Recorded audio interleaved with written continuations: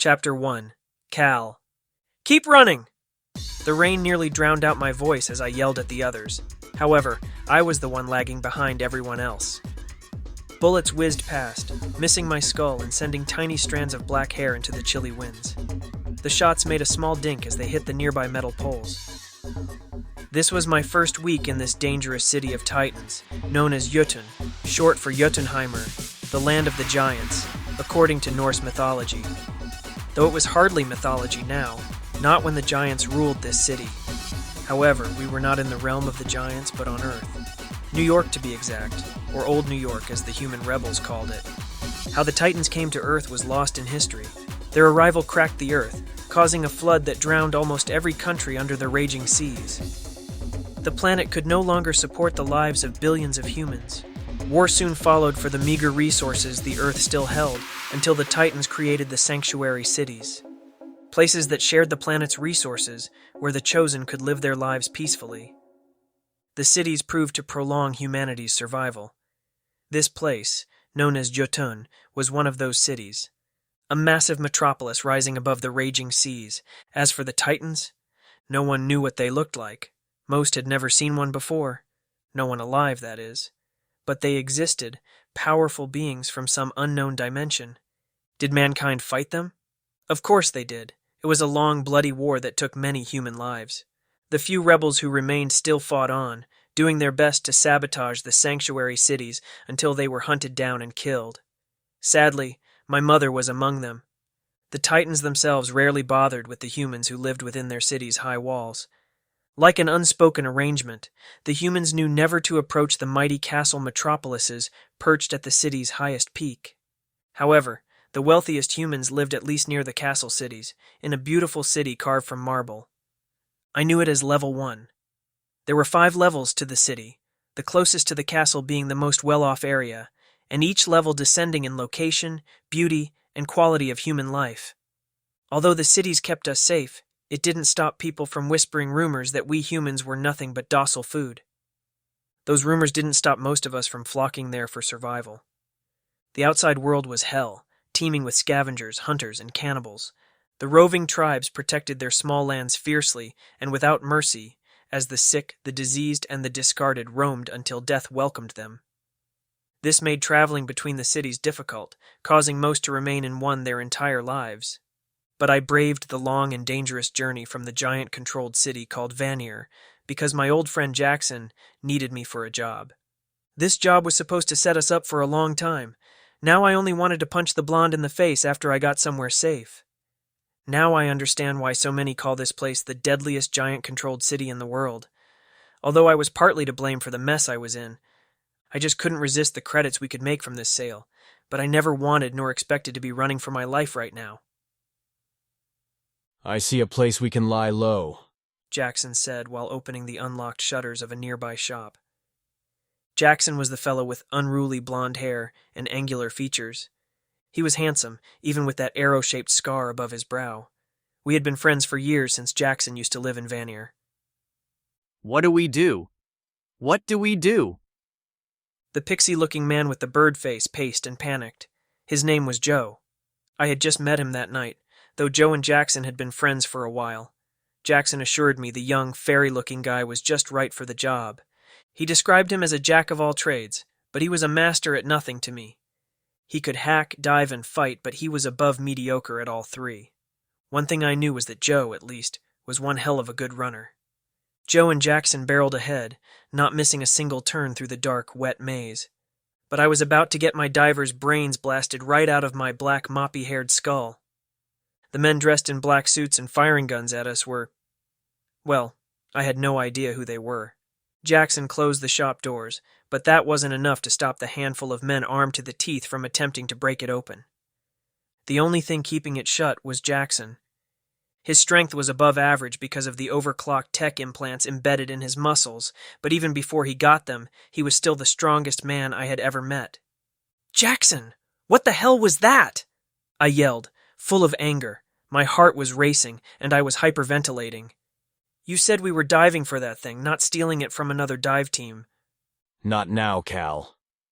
He reached into his pocket and took out the tiny silver ball carved with intricate drawings and what looked like a band of runes carved around the base, this thing that was now the bane of my existence. Take it and get out of here. I'm not leaving you behind so thugs can kill you. Take it and go.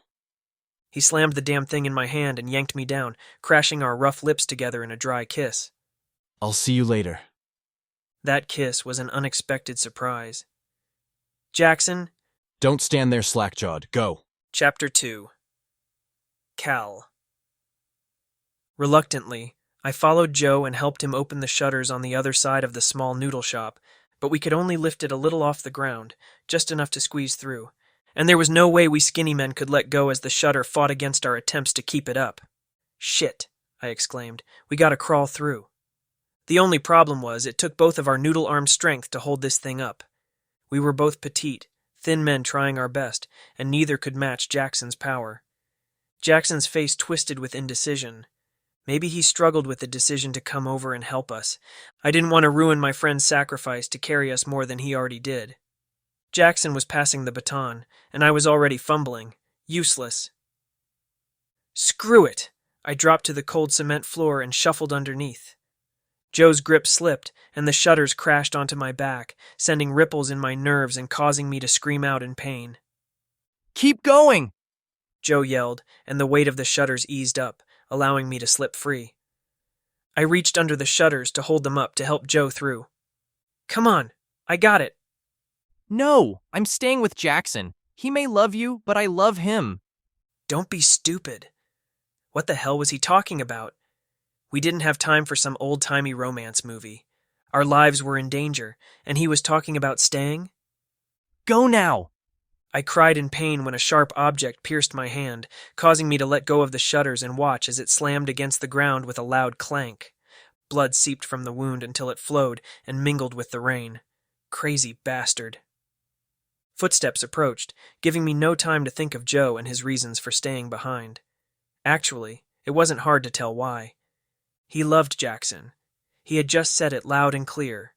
Now it all made sense why the pixie man seemed to have an attitude when we first met. If he loved Jackson enough to stay, then what did that say about my feelings? I had guessed that Jackson held feelings for me ages ago, but I was always unsure what I had felt for him or anyone. I had never fallen in love before. I've never fallen in love before. There. I had stumbled upon my answer right then and there. I did not love Jackson back. I had entertained the possibility before, back in Veneer. So many people my age were dating and hooking up. But finding another man to do those naughty things with was very limited. At 23, I was still carrying my V-card. I had only gotten into a heavy petting session once at 15, with a boy with smooth tanned skin and golden hair and eyes. We never spoke again afterward. In Veneer, breeding was everything, and they encouraged those with good genes to spread it. Needless to say, I avoided most social gatherings, as they were an excuse to find someone to mate. I was lonely, and Jackson had been so nice and open. But loneliness was no excuse to use someone, and that's all I would do to Jackson. Use him. I would have to turn him down when I see him again. I couldn't think about this now, not when my life was still on the line. I did the only thing I could do, and that's run through the rainy, wet streets, splashing nearby puddles along the way. I ran until there were no more dark passageways, only the bright neon lights of the inner city hub. Even close to 3 a.m, the city was alive with a pulsating rhythm I loved. Veneer was not like this. It was a peaceful forest that covered the old skyscrapers left behind by mankind's glory days. We had little nightlife, and nothing as flashy as these neon-lit structures here. I rushed from the shadows, almost knocking over a group of colorful hookers standing outside a place called the Tic Tac Club. The letters flashed a bright red that could give anyone a seizure. Bitch, do you want a piece of me? One muscular woman pulled a switchblade from her orange halter top while adjusting her fiery afro wig. No! I sauntered away, holding my bloody hand. The rowdy crowd of drunken revelers waited for the savory seared meat to come off the hot plate of the Greek food cart. And it was also a decent place to hide. There were no traces of a black suit, so I willed myself into breathing again as I darted away from the food cart. My clothes felt tight on my drenched body. It wasn't supposed to be this way. I'm a diver, a scavenger, and not a thief, and now I was in more trouble than I could handle. I made it to what was now my new home, a small, narrow shop near the red light district. This was the third level of the city, which I was told resembled more of what the old New York slums looked like at its peak back in the year 2077. We had shops, stores, clubs, running water, and decent food. But the water needed to be boiled before use, and the food quality was nowhere near as fresh as the food in Veneer.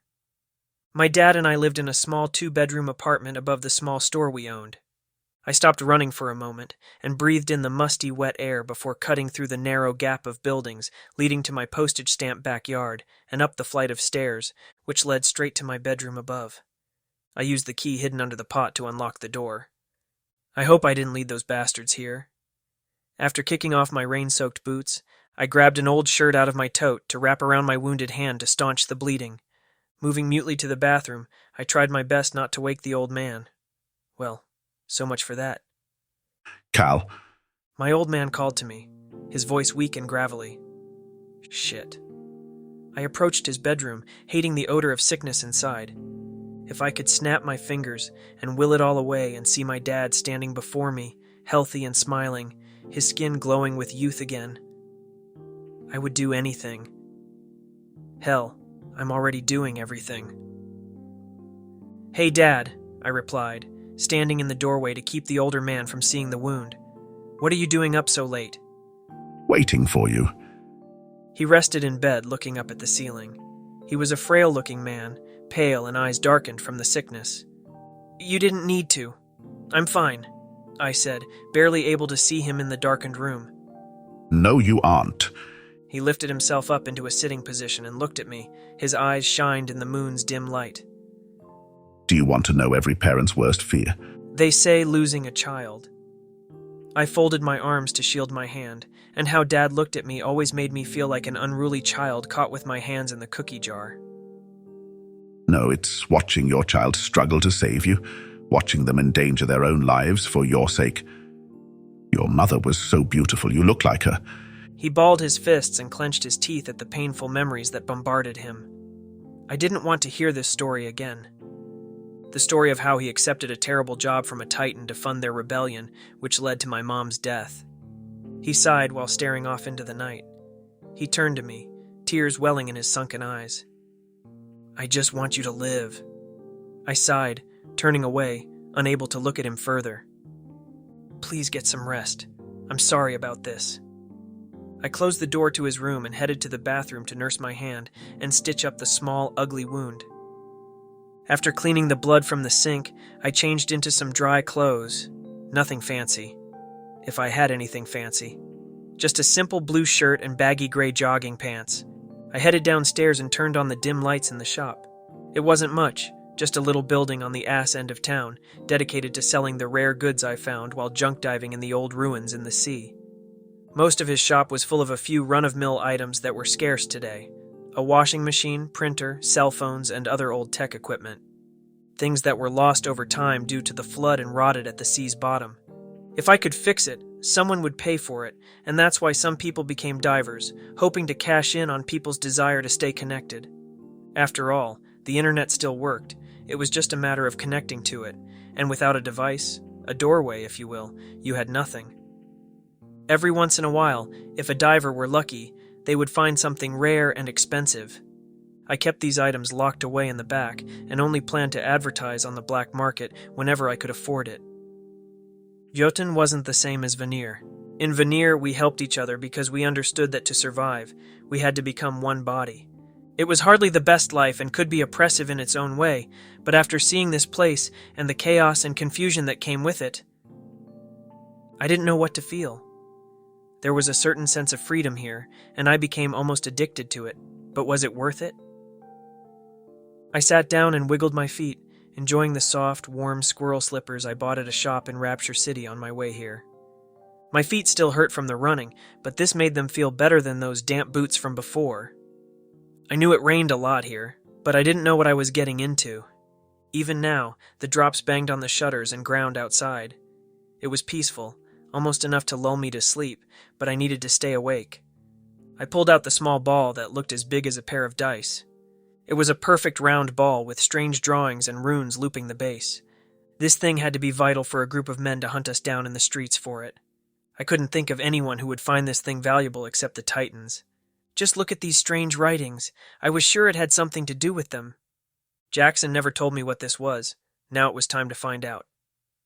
I turned on my PC, which caused the many monitors to flash and come alive. Time to go to work. I thought of Jackson for a moment, and hoped he was okay, that he perhaps had a trick up his sleeve to escape, and he would bang on my door for me to let him in soon.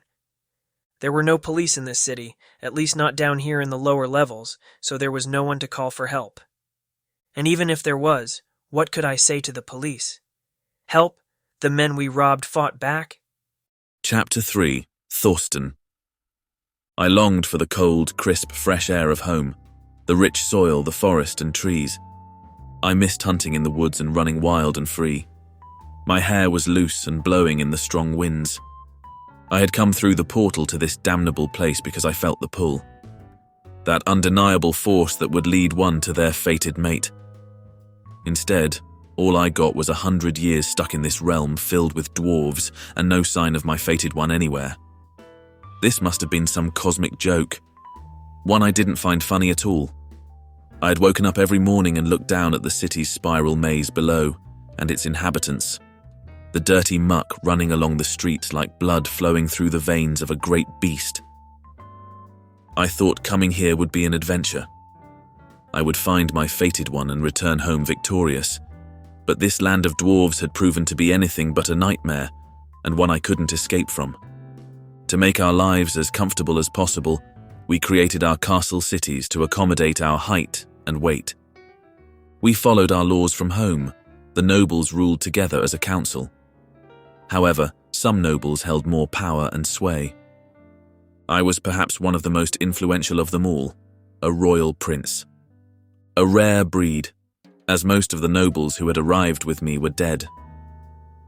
Our servants turned on us after seeing opportunities for themselves in this new realm. There were over 30 true nobles when we arrived centuries ago. Now there were 5, including myself. Heeled shoes clicked along the polished hardwood floors until they pressed against the soft white carpet. The music was loud enough to hear, yet gentle enough to speak over without raising one's voice, and the absinthe flowed in an endless stream. A group of 12 comely dwarves lined the far wall, dressed in plain white robes of various styles. I could see the tremble of their hands, yet they remained still as they were told, and waited to serve our kind, who appraised the youth and beauty of these dwarven people.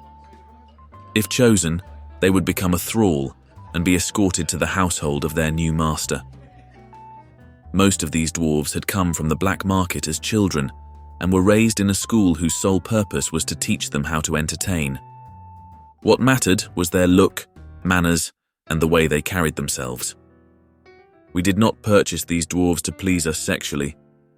They were mere pets, creatures to be looked at and admired, dressed up in the colors of your house and used as accessories and a symbol of one's power.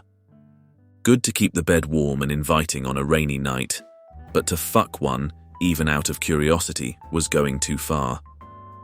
I watched the men and women with nothing but apathy, the same group of people daily, the same fancy environments, the same everything.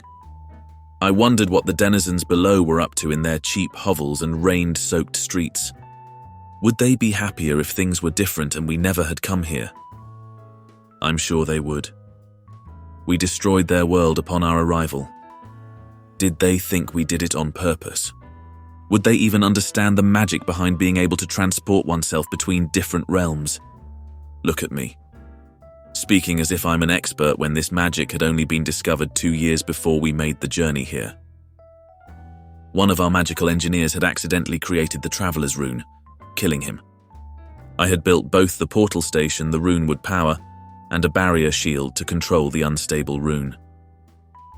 I had led the first expedition here, but something had gone terribly wrong.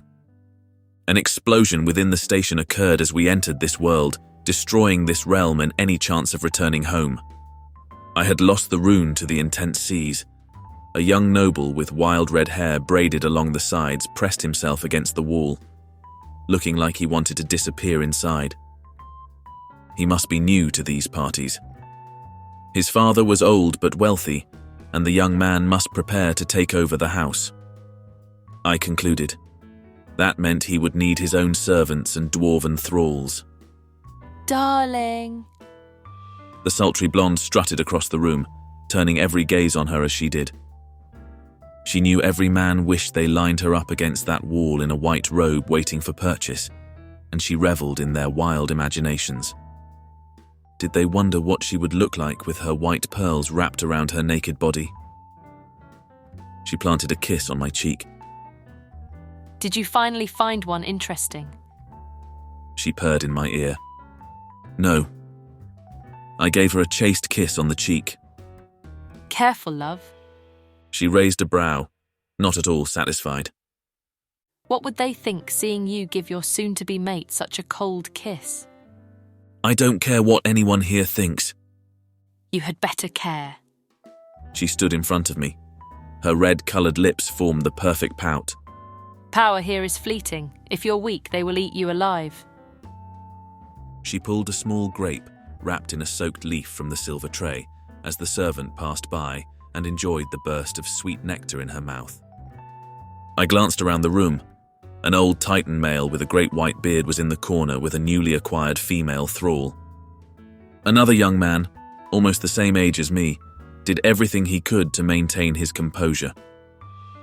Still, he looked like he was shitting himself. Or I might eat them, I smirked, only to hear the blonde woman chuckle. Are you here to keep me company or torment me, Frida? Both. She smiled, a cheeky one. My father is eager to meet with you right now. He told me to fetch you post-haste. She grinned. Just what was she up to? What about? I asked, already eager to bow out. I just wanted one night of rest and relaxation, not sitting in a room mulling over documents and deals. Power had its perks, but it also had drawbacks. Frida's father was one of the most powerful nobles in the city next to me. Despite belonging to a minor house, the older Titan had 500 years over me. He had always called on me to aid him in specific business ventures, but I could see right through him. The old man only consulted with me enough not to raise any brows. The fastest way to make enemies was by making moves on your own. I think it's about us. She pouted, once she saw the confused expression on my face. Our mating, silly. Yeah. I didn't feel the pull to her, but here there was no time to wait for fate. Joining influential houses was a way to gather and unify strength. This is what we've been waiting for. Now go in there and make a good impression. She took my wine glass and stood near one of the golden glowing lights in the room. I opened the white and gold door to a private room where the older man sat alone on the lengthy couch, watching the handsome, well-sculpted dwarven male ride the lithe dwarf female. It wasn't uncommon to purchase dwarves of different genders to watch a show such as this. Come. The older gentleman with the braided salt and pepper hair waved me in, and I sat on the couch next to him and watched the grunting couple work up into a frenzy. You wanted to see me? Yes, I did. I tore my eyes from the dwarves. I admit. Back in Odgord just before coming here, I didn't think you would make anything good out of yourself. You're a royal prince, but the youngest of the bunch. I thought you were destined to be run over by the more ambitious. Too spoiled, too much a child still. He stood and grabbed a glass of absinthe and drank the anise-flavoured liquid. The dry, pungent aroma was a delight, and the bitter taste was even better. The old Titan called Fellman, laughed and downed the alcoholic drink before filling his glass with another. Dwarves preferred to allow water to drip onto a sugar block to balance the bitter notes and lessen the alcohol's strength, but not us. We preferred the strong, bitter drink to anything else dwarves had made. Do you remember, dear boy, what was it like when we first arrived? The dwarves climaxed, and the older man turned to the city lights below. Life was hard on everyone, but it's during these times when true leaders are born. He sat the glass down, enjoying the heat of the liquor. I was the one who came up with the idea of these cities. Everyone wanted to hold on to the vague hope we would find the rune in those rough waters. How could we survive after destroying the regions we needed the most? Pussies. He laughed heartily. Isn't that what dwarves would call cowards? He looked to the panting dwarves, who nodded. I agree. I smiled and sipped the drink, enjoying the lightheadedness, but I didn't enjoy feeling this way with this man or even at this party. In the safety and comfort of my own home, sure, I would have drunk the entire bottle.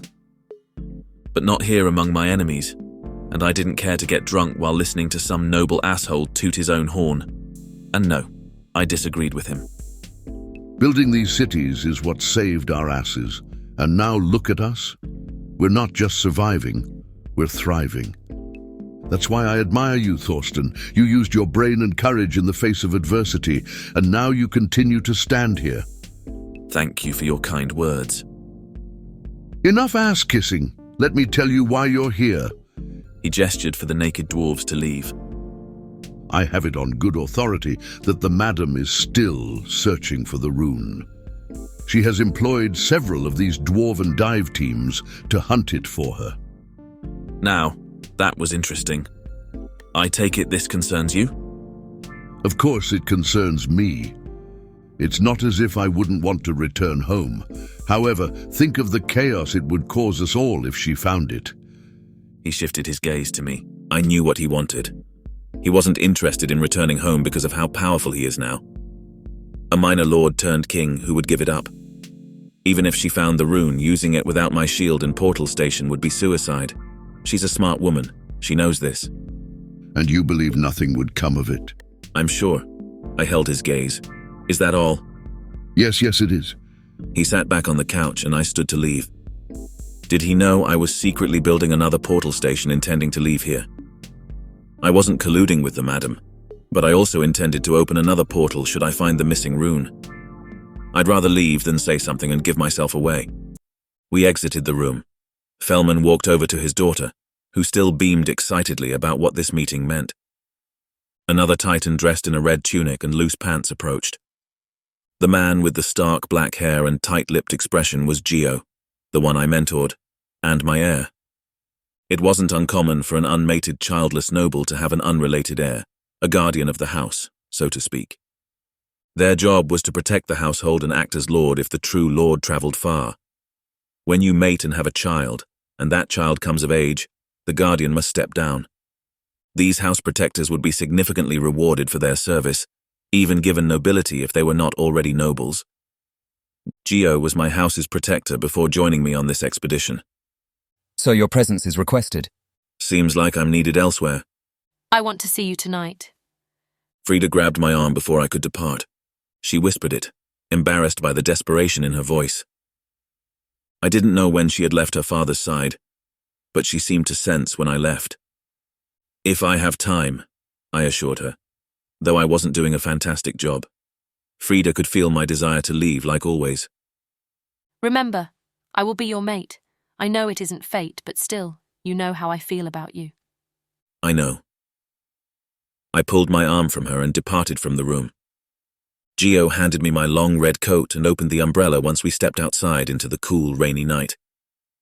I stepped into the large vehicle, careful not to soil my clothing on the damp ground. Gio sat up front, slipping the valet a tip and steering the sizable black vehicle through the drenched streets. My phone rang. This better be good news. What is it? Sir, they tried to fuck us over. We got 2 of them here, but a third got away. Everyone called the man on the other end a suit, or, as the dwarves like to call them, MIB. Men in black were cold and meticulous, and hired to take on the dirty jobs we didn't want to do. They typically had a high chance of success, but it must have been a disaster if they called me. Do they have it? I asked, waiting with bated breath. No, not that we can see. Perhaps the third has it. We're tracking him down. Why are you doing that? I sighed with frustration, my temperature rising. You said you captured 2. Torture them until they give up the third.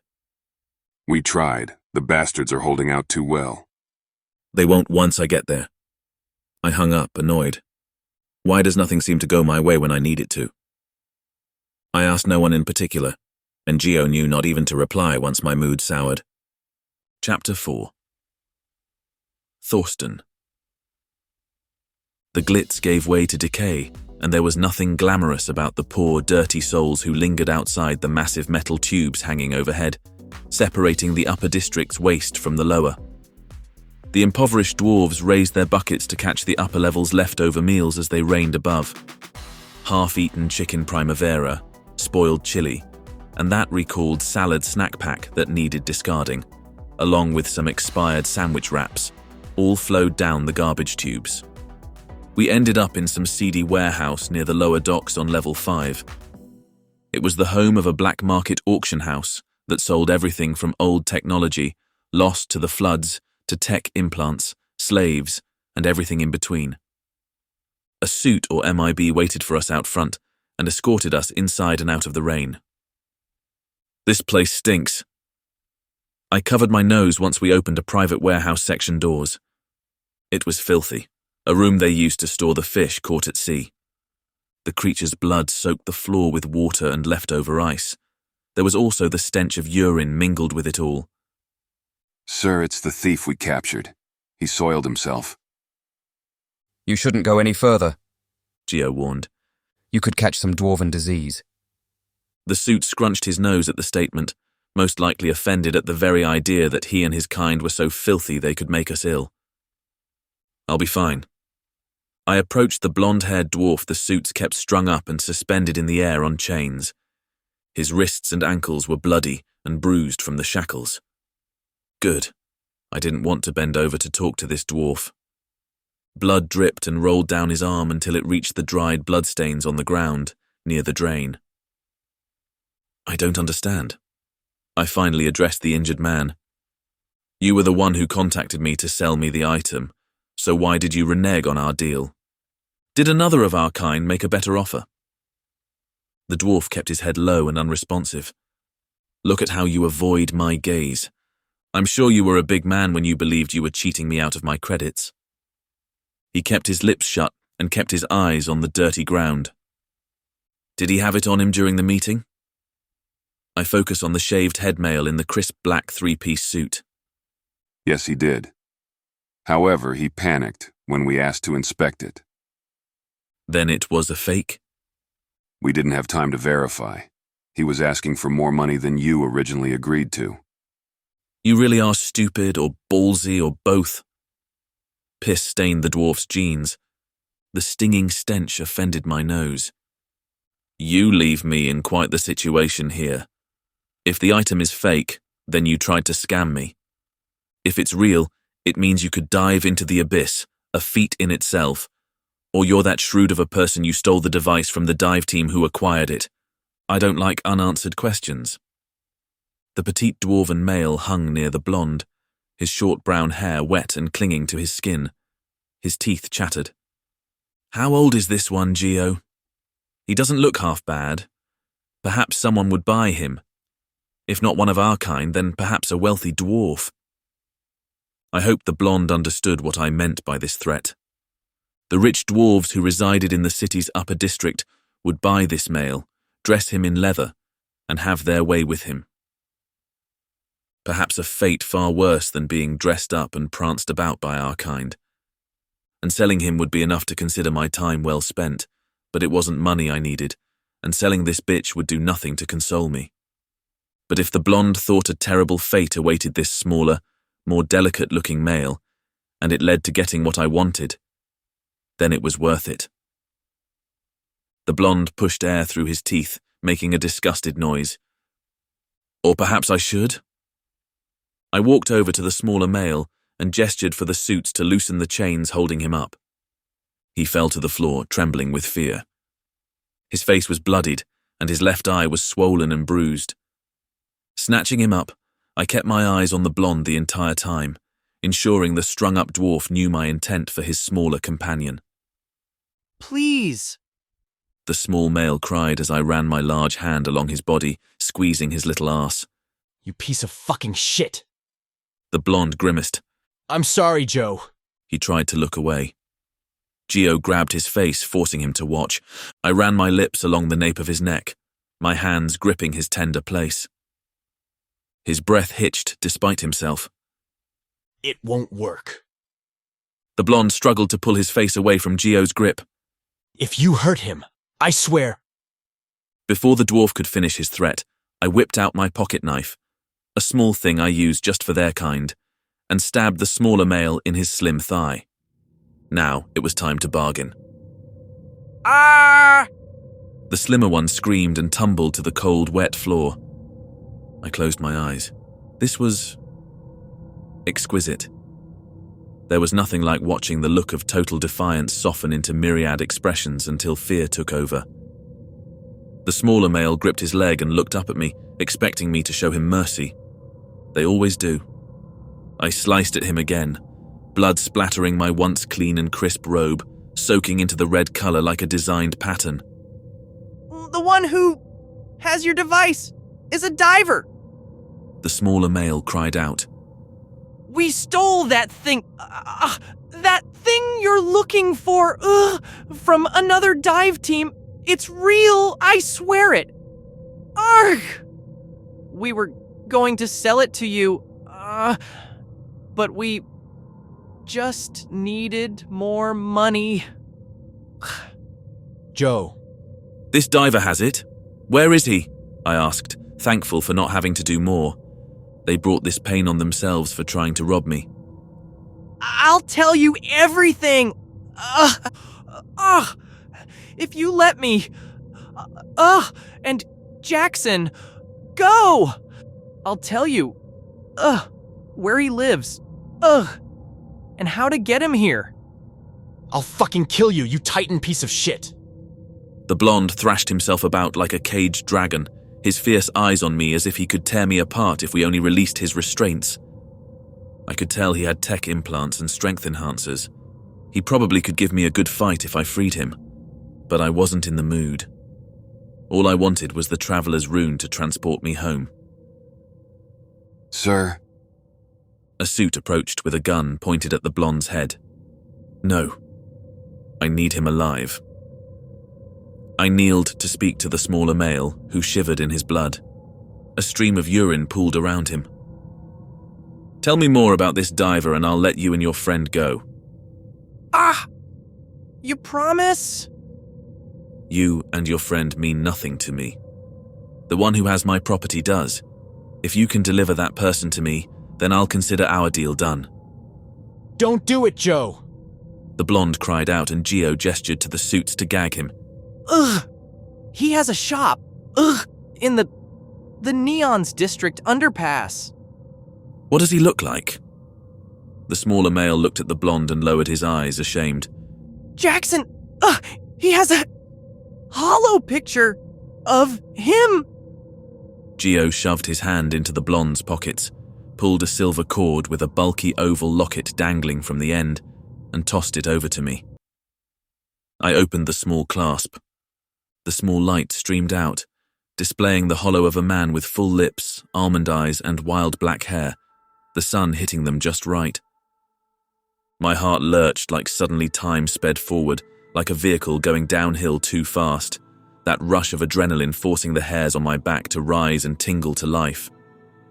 The pull, this was it, that feeling which led one to their fated one, but for a dwarf. Do you know him? Geo approached, concern etched in his features.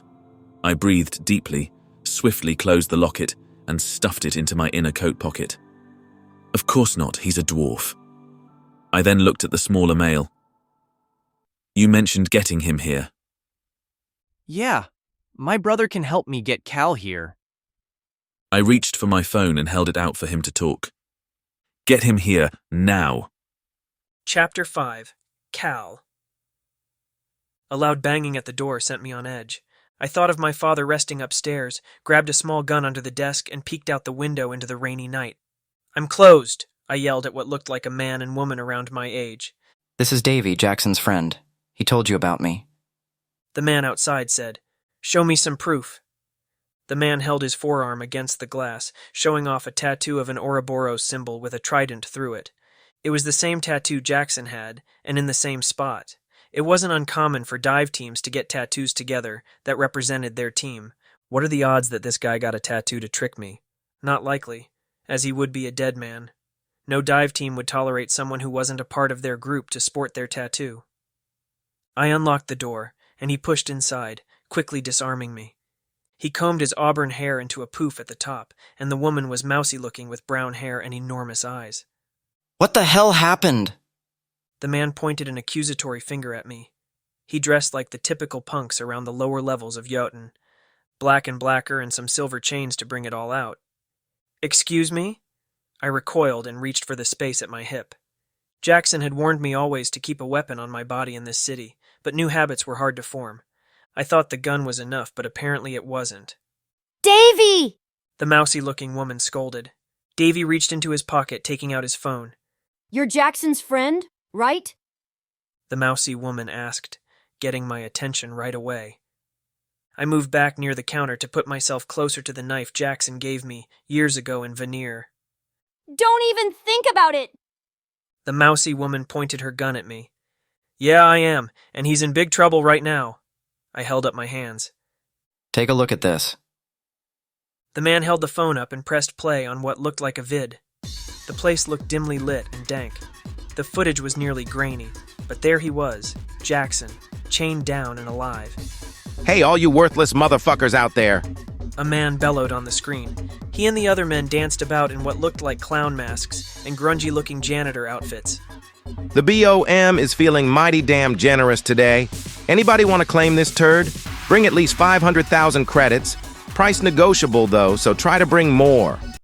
The screen went black. Who the hell are these people? I brushed away my disorderly strands. They're called the Brotherhood of Mercy. The woman put away her gun and cracked her knuckles, making a loud pop. If Jackson is with them, then he's in a world of trouble, and we don't have that kind of money. The last thing he told us before he and Joe set off was about you being in town and needing money. Davy closed the gap intentionally. He looked like he was ready to attack at the slightest provocation, and I wondered if I could grab my knife in time. It was next to impossible for me to take him in a fistfight. What happened? Jackson would never let himself get caught by anyone. He scowled while sizing me up. But now I see how. You look like his type. My voice shook. I couldn't deal with the glares and judgments from Jackson's friends. I wanted to ball up into a shell and be alone. Jackson asked me to come here because he needed a skilled diver for a dangerous job. He told me it would pay well enough to get my father's medical treatment. But it wasn't a dive. It was a heist. We stole something from another dive group and went to the meeting spot Jackson told me about. And these guys in suits showed up. They offered us 500,000 credits. Jackson wanted more. They grew suspicious and wanted to verify if we had the item. Jackson refused to hand it over without pay. They got into a fight, and before I knew it, they were trying to kill us. What else? The auburn-haired man glared daggers into me. He gave it to me and stayed behind. And Joe? What about my brother? He chose to stay with him. Motherfucker. This is all your fault. No, it isn't. I think she was defending me, though she didn't sound convinced. Where is this thing? Maybe if we hand it over, they will release them. I doubt giving it to those Mercy guys will do it. They don't look like they would know anything about this, nor have the money these suits will pay. I argued. How would you know that? Hand it over. Davy held out his hand, expecting me to just hand it to him. Jackson gave it to me, so I'm going to keep it. I couldn't look him in the eyes when I said it. Confrontation was not my strong suit. I hated being paranoid, but this whole thing seemed sketchy. How did they know I wasn't with Jackson? That fucking thing may be the only way I can save my brother and my friend. And you're keeping it? Those guys weren't the ones after us, I argued back, getting jittery from the confrontation. So why do they have him? The BOM get their victims from various sources. It's not uncommon for them to broadcast a deal for the return of loved ones like this. And I told you that these Mercy men were not the ones who came after us. That means the men who captured them handed them off to another group for a separate ransom, which also just so happens to be the same amount as the money we were supposed to make from that deal. We know it's some sort of trap. Davy rolled his eyes. That's why we're going in with a plan. That plan involves you too. Davy folded his arms. What's going on? Dad stood at the bottom of the stairs. He held onto the banister to keep his frail body up. It's nothing, I tried to assure him. These are just some friends. My name is Melanie, The woman answered, plastering an awkward smile on her face. Davy. He folded his arms defiantly. Sounds like some scuffling going on down here. He wiped his thin lips. Do I have to wrestle the information from you younglings? You shouldn't involve yourself, Davy said, keeping himself in check and hanging his head low. This was perhaps the only time I had seen him carry himself with some control. You're in my shop and yelling at my son. I am involved. He turned to me, and I couldn't quite make out my father's expression or what he was thinking. I knew coming here was a mistake. That's what I get for being too old to fight back. He sat down. And it seems as though you're getting yourself into some sort of trouble already. An epiphany came to me. My dad had years of diving experience and had come across so much treasure I'd never heard of before. If he didn't know what that silver ball was, then no one would. Wait, Dad, can you look at this? I handed it to him after retrieving it from under my desk. This reaction of his was strange. Where did you get this? He stared at the ball with little emotion, as if his face became a mask of indifference. You know what that is? Davy pointed at the ball, seemingly at a loss. I've seen this before, yes. My old man sneered, but kept his eyes trained on the silver in his hands. Looks fascinating, does it? But trust me, it's worthless. My dad tried to steady his breathing. Where did you get this? Jackson stole it from a dive team who was going to sell it to some rich guy in the upper district. Dad sighed. There's a chance this person is only after this because he or she believes it is high-quality goods that can make them a lot of money. I say let them have it. He tossed his hand up and gave the ball to Davy. Cal, I think I've had enough of this city. Let's go back to Vanna where the weather is much nicer than this. I'll call Mrs. Millen tonight. What? We need him. No, you don't. My dad argued, the heavy lines on his face forming when he was angry. You just need that thing. Whatever it is you are into, I'll not have you drag my son along. Dad, I owe it to Jackson to help him. I know he would do the same for me. Please. His grip was rough and tight. I don't have the strength to stop you. I just want you to see reason. Let it be their problem. I just feel like I need to see this through. I don't want Jackson to think I just left and abandoned him after he stuck his neck out for me. I hugged him, hoping to calm him. Whatever he was trying to hide, I would get it out of him later. I love you, and I know you're worried, but I promise I will come back home, and before I leave, I'll call Mrs. Millen to come over and check up on you. Cal. His eyes welled with tears. I knew he wanted to say more, but I also knew that whatever held his tongue would not let it go easily. And his reaction scared me. My father went from stone-faced and silent to wanting to leave. Jackson was in more danger than I thought, and with his friends backing me up, perhaps there was something I could do to help him. Please make do on that promise, and don't do more than you should. His voice trembled, and I kissed his trembling hands before heading upstairs to change.